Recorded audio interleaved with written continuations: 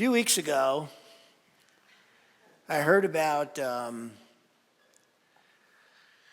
a genocide that happened in the Sudan.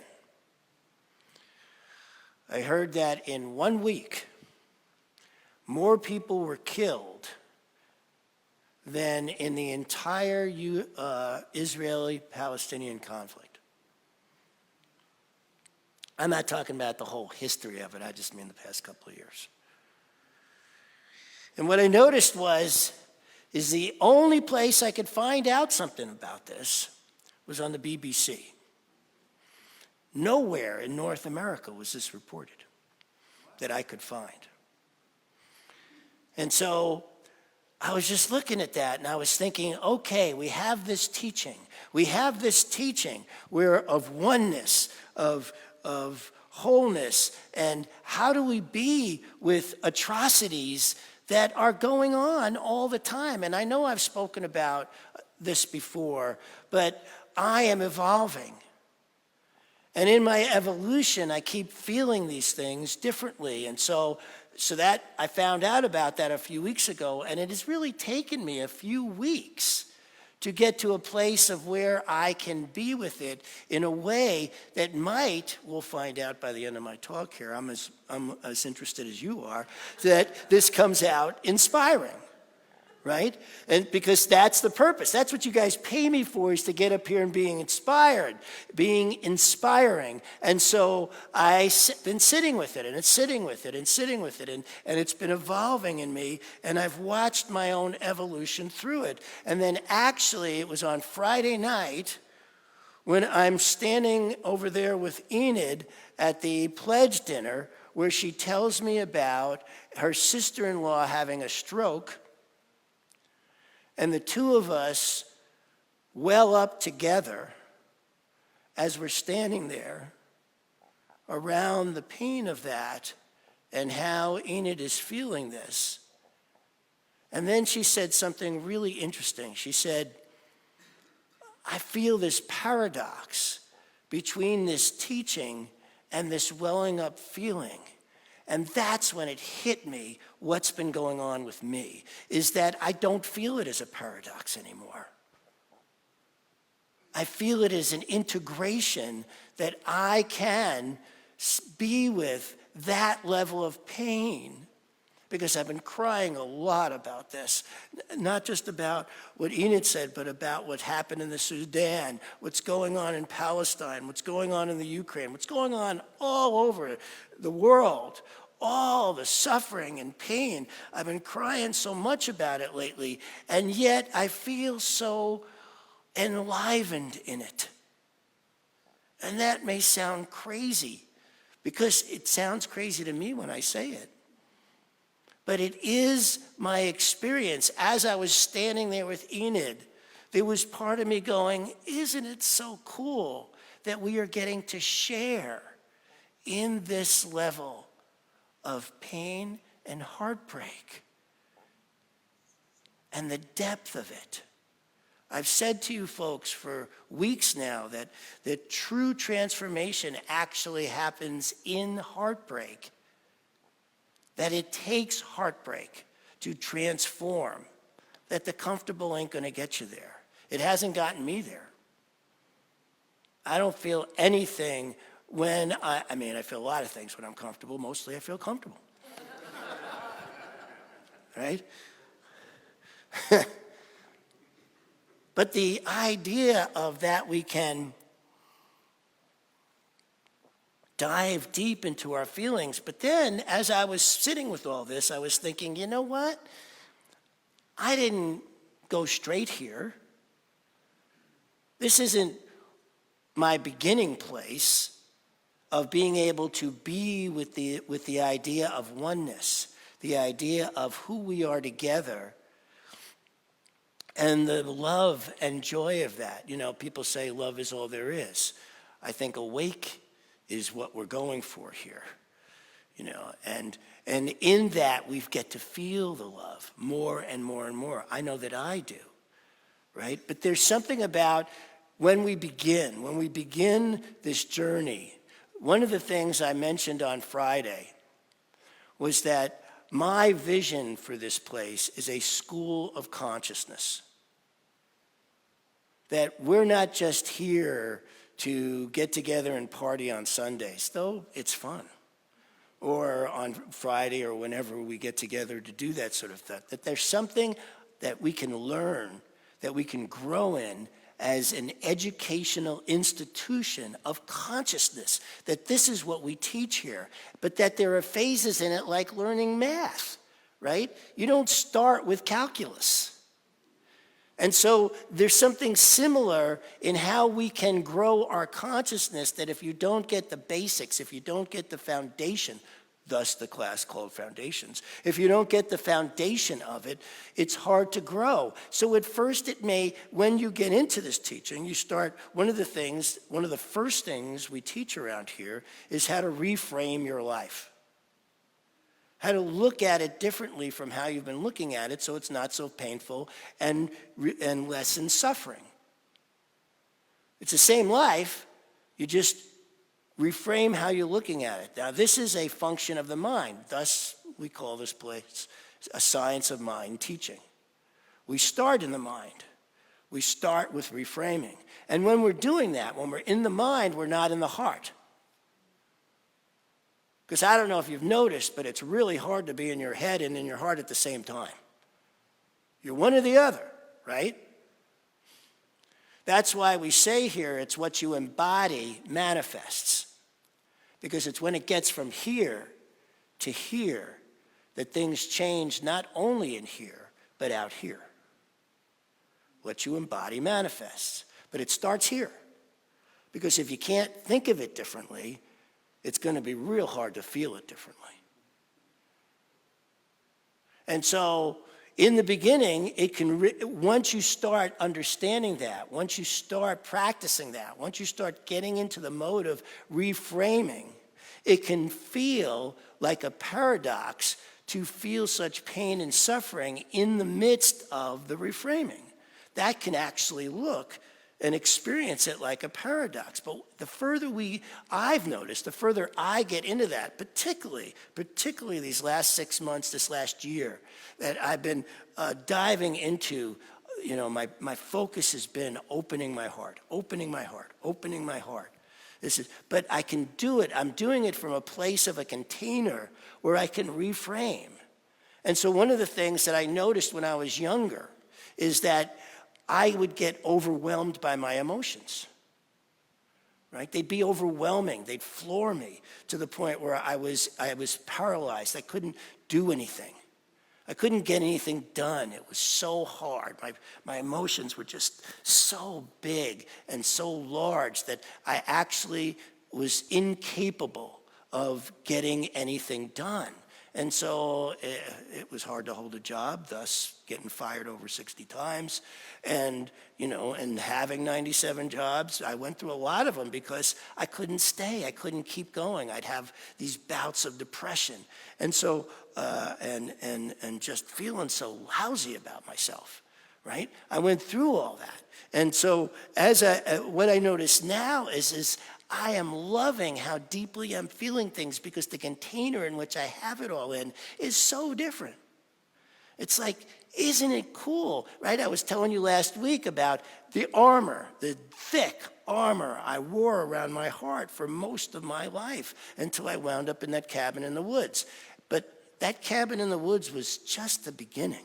All I did in the cabin was recognize that the armor that I'd been carrying around for 50 years was killing me and giving me a life of suffering and heartache that wasn't working at all. That was the recognition there. Then it took another 10, 12 years, or it's more than that now, whatever, because even, I talked about how I'm a work in progress, right? I keep evolving, and I noticed that. I notice how I continue to evolve as I keep working with these same practices, and they are the same. They don't really change. You still reframe. You still look at it in terms of the wholeness of oneness. You just don't spiritually bypass and go, oh, we're all one, so it's okay that they're getting raped and murdered. It's really okay in the whole picture of things. That's hard, man. And I don't even know that that's useful. But we can use these teachings to be able to be with that in a way that might spark our soul's intention, right? You hear me talk about soul's intention a lot. So when I found out about this genocide, my soul's intention said, you got to speak on it. You have to somehow find for yourself the place that that has inspiration in this, so that you can speak to people, because this needs to be spoken to. I know a bunch of folks who do not watch the news, who avoid the news. And I'm here to tell you that may be a step in your process, and it's a good step if you're still working on reframing. But in the end, it's being with that. You don't want to think that that's, somehow separate from you. Because when you avoid anything, when you avoid any part of your life in any way, you are somehow thinking it's separate from you. So what we're working with here is how to be with that, how to be in it. I have this brilliant quote from this woman.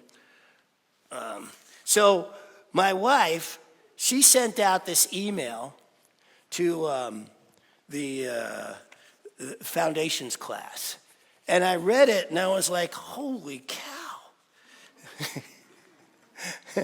So this quote is from Ashley Fuller Rubin.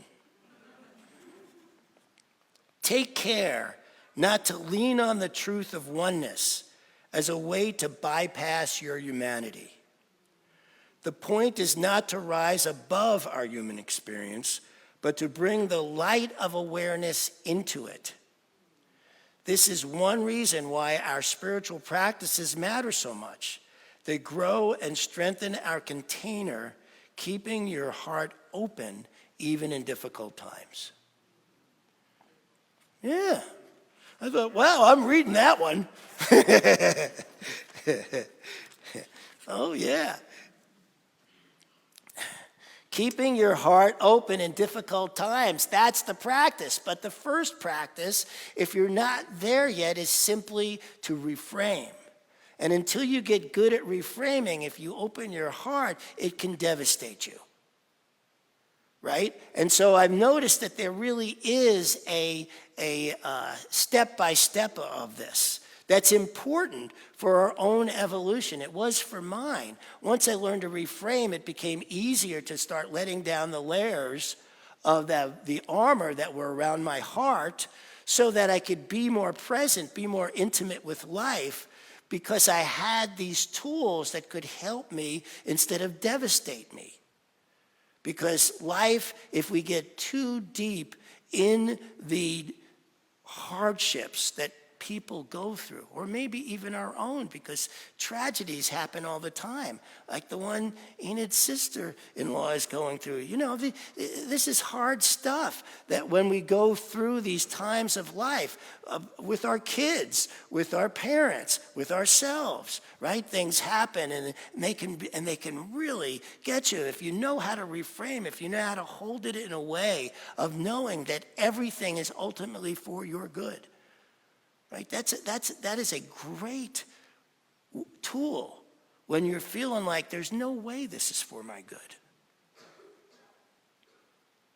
And yet, once you're there, you can still feel the pain of it. Because we don't want to lose our humanity. And humanity is painful. One of my early teachers said, life is hard. You can either choose your hard, or life will choose it for you. Right? And so what we can do is learn how to be with all those moments that can be so hard. Right? And keep an open heart, because I feel that is our biggest job, adventure. reason for being. To not move away from humanity and go, I'm going to avoid this part of it, but to be able to move into it intimately, to be with it in a way that can actually bring out the best in us.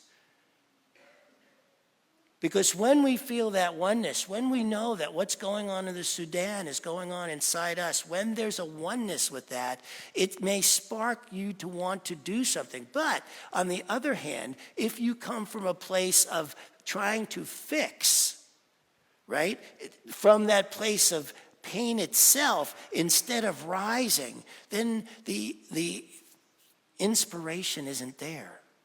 And what we need more than anything else in this world is inspiration. The more of us who can rise, who can understand the oneness within us, yet feel the humanity, be right there with it. There's an inspiration in that can rise, that can come out of us, so that our actions are based on that. And when it is, we come to it with a joy instead of a, oh my God, I gotta fix this. I read this great quote by Banksy. I hope I get it. He's an artist, a street artist from England. He's got a show downtown. It's an extraordinary show, by the way. So if you get a chance, you really want to go see this guy's art. His quote is, "There's nothing more dangerous than someone who wants to make the world a better place." And what he's speaking to is when we don't come from our higher selves. When we come from that place of, oh my God, there's something wrong and I gotta fix it. Because if we think about that as whether that's the Sudan or our own lives, when we come from that place, whatever we're gonna do is gonna create the next problem. That's the problem. There's no transformation in fixing. You've heard me say this. Transformation does not rectify, it transmutes. What do I mean by that? I mean that if we go in to try to fix something, there's no transformation there. When we are able to get to that place of feeling the hurt and humanity of it, and yet remember the truth in that same moment, have that be together, have that integrate together, what comes out of that is inspiration. And from inspiration, we really can transform the world. And we can certainly transform our own lives. Because what we embody manifests. When we come from that place, of where we're feeling it deeply and yet knowing the truth, what arises is transformational. It has been for me. It has been every week as I see myself just be open and open and open to all of that's going on and feeling it so deeply and going, wow. I am feeling life so deeply. For a guy who had armor this thick, this is an amazing way to be in the world right now. For me to just feel it all so deeply and yet have these extraordinary tools to be able to reframe it, remember that we're all one. Because in that oneness, I can even feel it deeper. Because I know what's happening over there is happening in here too. It's not separate. It doesn't make it all good, but it can make it all inspirational. And it is in that inspiration that we can rise. But first we must awake. Here, I have a poem I read this week. Maybe it was last week, I don't remember now. I've been doing this, thinking about this for a while.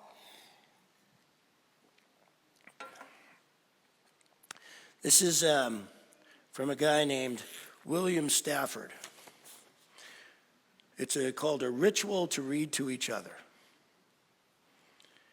If you don't know the kind of person I am, and I don't know the kind of person you are, a pattern that others made may prevail in the world. And following the wrong God home, we miss our star.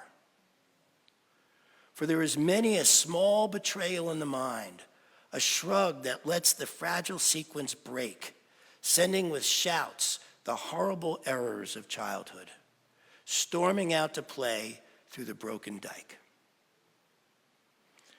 And as elephants parade holding each other elephant's tail, but if one wanders, the circus won't find the park. I call it cruel and maybe the root of all cruelty, to know what occurs but not recognize the fact. And so I appeal to a voice, to something shadowy, a remote, important region in all who talk. Though we could fool each other, we should consider, lest the parade of our mutual life get lost in the dark. For it is important that awake people be awake, or a breaking line may discourage them back to sleep. The signals we give, yes or no or maybe, should be clear. The darkness around us is deep. The darkness around us is deep. Being awake is everything. And yet it is so easy to get distracted. It is so easy to fall into that other way that most of us have learned since childhood to be. So this relearning of a wakefulness is so important if we are actually going to not only make an impact in our own lives, but in the world. That poem is from a book called Bag of Bones. It's in the section on loving community and loving work. And that's what we do here. We love on our community, but the other piece is we learn how to love on our work. To be that in the world that the world needs so much. The world already has tons of asleep folks. That already exists. It doesn't need any more of those. What it needs is people who are willing to stay in the line of a wakefulness, even when we're so strongly drawn off of it by what occurs in the world. When we're awake, we feel the depth of everyone's pain. And yet we do it from a framework that allows us to transform into inspiration. That is what's possible here, for us to be the inspiring presence in the world. That's why we teach these classes. That is what our vision is for what we want for each and every one of you. This is what we're doing to move forward. So please join in this. This is why we teach this. This is what we're all about, is changing, transforming life itself, not just for us, but for those on the other ends of the world. And you may say, what can I do about that? And my answer would be, I have no idea. But if you sit in an awake state, you will be inspired. Everyone always is when they're willing to sit in an awake state. I know that I am. I know that you are. I know that we all are. And so it is. Thank you.